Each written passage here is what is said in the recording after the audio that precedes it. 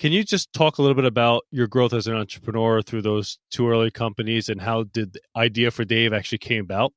Well, I think the best ideas always come from personal pain points. And I was a victim of significant amounts of overdraft fees when I was in college and following school.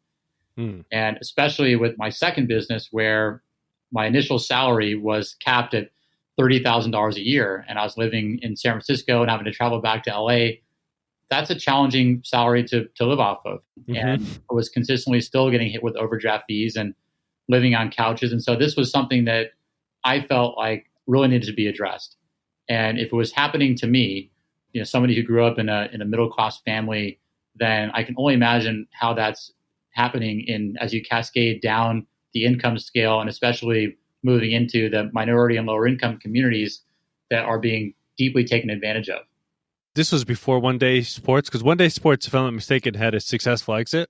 It had a small exit. It was enough to help me go travel around the world. I spent all that money pretty quickly on a really amazing trip that was 6 months around the globe.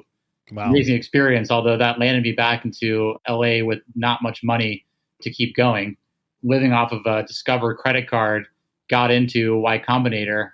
And back then, Y Combinator was still only $17,000 for